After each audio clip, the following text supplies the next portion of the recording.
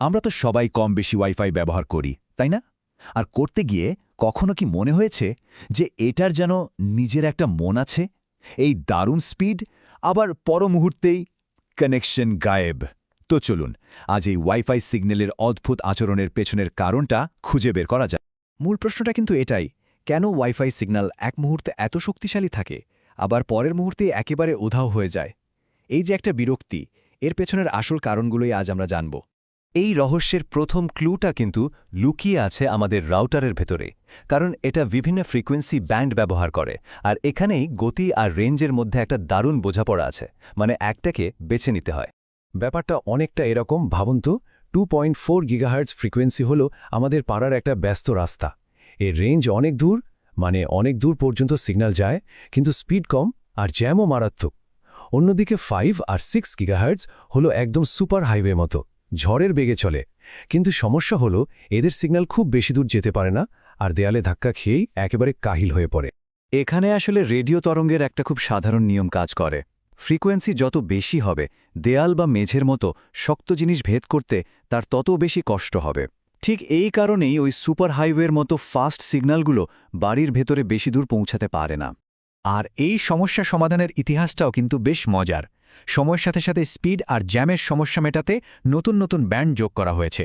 যেমন 2009 সালে ওয়াইফাই 4 প্রথম 5 গিগাহার্টজের ওই সুপার হাইওয়েটা নিয়ে আসে, আর 2020 সালে ওয়াইফাই 6E তো আরও দ্রুত গতির 6 গিগাহার্টজ ব্যান্ডের দরজায় খুলে দিল। কিন্তু গল্পে একটা টুইস্ট আছে। ব্যাপারটা শুধু ব্যান্ডের উপরই নির্ভর করে না, সিগন্যালকে ঠিক কিসের মধ্যে দিয়ে যেতে হচ্ছে সেটাও কিন্তু ভীষণ জরুরি। এখানে একটা শব্দ আমাদের জানতে হবে, অ্যাটেনুয়েশন। খুব সহজ করে বললে, যখন সিগন্যাল কোনো কিছুর মধ্যে দিয়ে যায় তখন তার শক্তি কমে যায়। আমাদের বাড়ির দেয়াল, দরজা, এমনকি ফার্নিচার পর্যন্ত একটা ফিল্টারের মতো কাজ করে সিগন্যালকে দুর্বল করে দেয়। বেশিরভাগ ওয়াইফাই সমস্যার পেছনে কিন্তু এই অদৃশ্য শত্রুটারই হাত থাকে। আর এখানেই আসল ব্যাপারটা। যেমন ধরুন কাছের কথা, সাধারণ জানালার কাজ দিয়ে সিগন্যাল বেশ ভালোই চলে যায়, তেমন আটকায় না। কিন্তু যদি শক্তি সাশ্রয়ী মানে লো গ্লাসে জানালা লাগানো হয়, ওফো, সেটা ওয়াইফাই সিগন্যালের জন্য প্রায় একটা দুর্গের মতো কাজ করে। মানে ভাবা যায় আমাদের নতুন পরিবেশ বান্ধব জানালাটাই হয়তো ওয়াইফাইয়ের সবচেয়ে বড় শত্রু হয়ে দাঁড়িয়েছে। অবাক হওয়ার পর্ব এখনও শেষ হয়নি। কংক্রিটের ক্ষেত্রে পার্থক্যটা আরও অনেক বেশি নাটকীয়। হালকা কংক্রিট সিগন্যালকে কিছুটা কমায়, যেটা স্বাভাবিক, কিন্তু ভারী কংক্রিট, ওটা তো প্রায় দুর্গের দেয়ালের মতো কাজ করে, যা সিগন্যালকে মারাত্মকভাবে আটকে দেয়।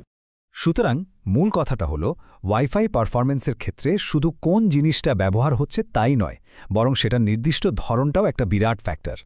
এই ছোট ছোট কিন্তু খুব গুরুত্বপূর্ণ বিষয়গুলোই আমাদের ওয়াইফাই সিগন্যালকে একদম চুপচাপ মেরে ফেলে। আচ্ছা, চলুন এখন দেখি এই অ্যাটেনুয়েশনের প্রভাব বাস্তবে দেখতে ঠিক কেমন লাগে।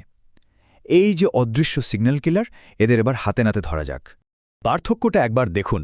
বাম দিকে সাধারণ জানালা লাগানো একটা অফিসের ওয়াইফাই কভারেজ কিন্তু চমৎকার সবুজ আর হলুদ রঙে ভরা, মানে শক্তিশালী সিগন্যাল। কিন্তু ডান দিকে দেখুন শুধু লোই জানালা লাগানোর ফলে কি অবস্থা হয়েছে।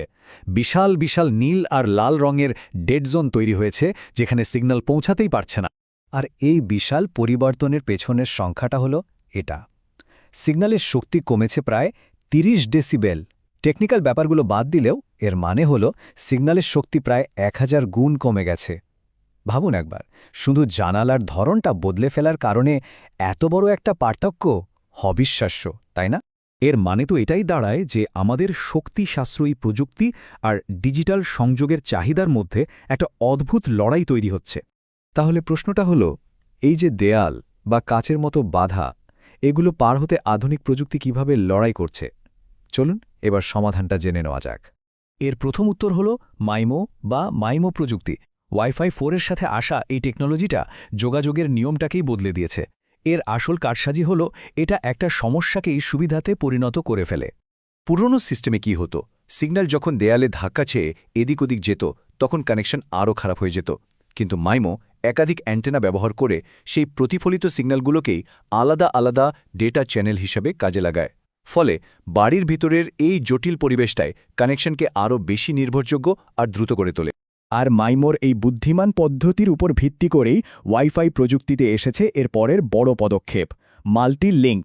আর এখানেই আমরা ওয়াইফাই 7 এবং এর সবচেয়ে পাওয়ারফুল ফিচার MLO বা মাল্টি লিঙ্ক অপারেশনের দেখা পাই। ভাবুন তো, এখন আর ওই গতির সুপার হাইওয়ে আর লম্বা রেঞ্জের রাস্তার মধ্যে যে কোনো একটাকে বেছে নিতে হবে না।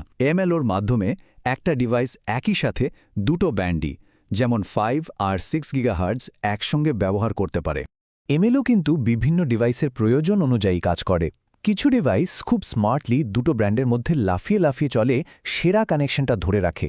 আবার আরও শক্তিশালী ডিভাইসগুলো দুটো ব্যান্ডকে একসাথে জুড়ে দিয়ে একটা বিশাল ফাস্ট ডেটা লেন তৈরি করে, যা দিয়ে একসঙ্গেই ডেটা পাঠানো আর রিসিভ করা যায়।